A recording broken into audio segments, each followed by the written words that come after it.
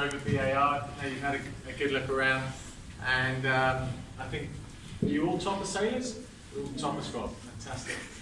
I used to sail Optimus and Laser Radials, so I missed out on toppers, but it's a great boat. And Giles Scott, who's our tactician, and you guys will know won the gold medal in Rio in the fin class. He was I think he was an ex-topper national champion. So unfortunately he's not here today. We would have dragged him up to come and say hi to you guys. But this is obviously the home of the team and where we have all of our operations and where we design and built a lot of the components for our America's Cup race boat for the cup we had last year in Bermuda. And this is the hull of our second test boat.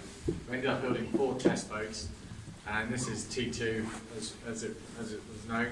This boat unfortunately almost sank out in the middle of the Solent on about its 3rd test sail. Thankfully we managed to salvage it and get it home, and now sadly it's a museum piece. But that's the nature of the America's Cup. It's as you guys probably know, it's the ultimate design and sailing race, and it is as much if not more about the design than the sailing. And for those of you that watched the Cup in Bermuda last year, the New Zealand team obviously did an incredible job on the technology, on the shape of their dagger boards to get the most performance, the most righting moments for drag out of those foils, and then how they can control what were very unstable foils better than the rest of the teams. And that they really did a fantastic job, and they were just that little bit smarter and more aggressive in the design than the rest of the teams. And so for us as a new team, that was a massive learning curve, learning experience, and we spent the last 6 to 8 months since Bermuda really analysing the last campaign, what we did well, what we didn't do quite so well, which is important for you guys as well, your sailing development as you come through, and then from that putting a plan in place for the next campaign, making some changes to the team, to the setup of the team. And as you've probably seen, there's a new class of boat now that's the concept is being put forward for the next America's Cup in 2021 in New Zealand, and that's a foiling monohull, which looks super cool in the graphics, and the performance predictions are just as fast, if not faster, than the AC50. And although it's a monohull, effectively it's a trimaran without any floats, because you've got these big outrigging foils which create all of the lift and the righting moment, the performance of the boat. The only problem with that is if you come off those foils at any time, there isn't, as you've got in a trimaran, obviously a float or any buoyancy. So we don't really know yet practically what's going to happen if we come off the foil. Will the boat capsize? Will it pitch pole?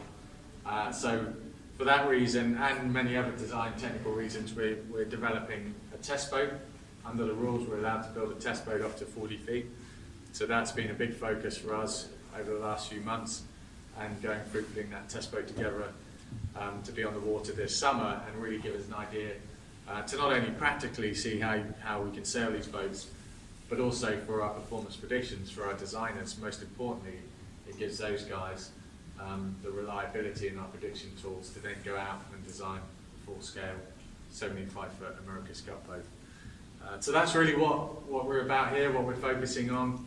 We've got a big team, we've got some really fantastic sponsors who helped us to put together this tech deck, and this is really about trying to inspire the next generation of engineers and designers through the America's Cup and the marine industry in this Solent area, where obviously the marine industry is so prevalent. So that's really us. I don't know if any of you got any questions you want to ask about the team, and what we're doing, or about sailing in general. Yeah, who we got? What was it like when Japanese would hit you? Oh, the Japanese. Well, I don't know who hit who really. We probably hit them as well. But that was an interesting issue because we had just the day before we had implemented a twist grip on the steering wheel, and the twist grip adjusted the rake on the dagger board. And it was the first time I'd been using it. It was on quite a coarse setting, and ultimately I put too much rake into the board, and we lifted up out of the water and slid sideways, as you saw, and landed on top of the Japanese. So effectively it was my fault, our fault, and thankfully no one got hurt. It put a big hole in the bottom of the boat, but that just encouraged us to keep foiling for longer. But it was a bit manic. We finished the race and we just had to keep foiling and try and get back to the harbour. But as soon as we got back to the harbour and slowed down, the boat started obviously sinking.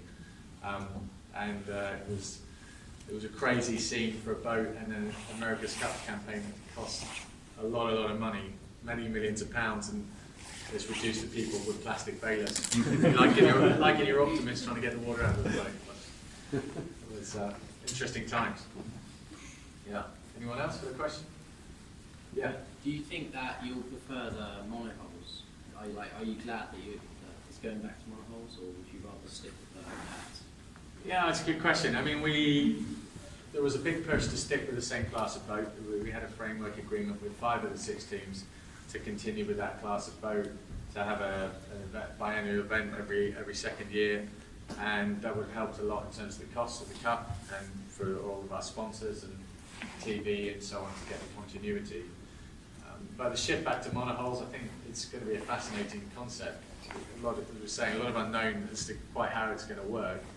And traditional monohull sailing, I think, does work for match racing and obviously fleet racing, but the speeds that we've had in the AC50s, I think it would be a shame to go back from such high performance boats. So yeah, I mean, we support that, and it's clearly going to be a fascinating challenge for all of the teams. Anyone else? Yeah. So obviously at the moment the team making America's Cup is all male. Do you think it will move to have more female, or do you think it will stay female? I hope that we'll see women starting to sail more in America's Cup. It has happened in the past. There was an all-women's team back in, I think, 1995 or 2000. And you know, in the Youth America's Cup, we also had Annabelle Vos, who sailed with us with the team that won the Youth America's Cup. And we've seen that more in other types of racing, with the Volvo Ocean Race and so on. So yeah, I would hope and expect to see that in the future. I don't see any reason why not. Anyone else got any questions? You all happy? All right, well, I'll leave it at that. It's really nice to see you all here, and thanks for coming to visit us. And wish you all the best with the season ahead. I'm sure you've got lots of events and exciting times, and enjoy it and good luck. Thank you very much.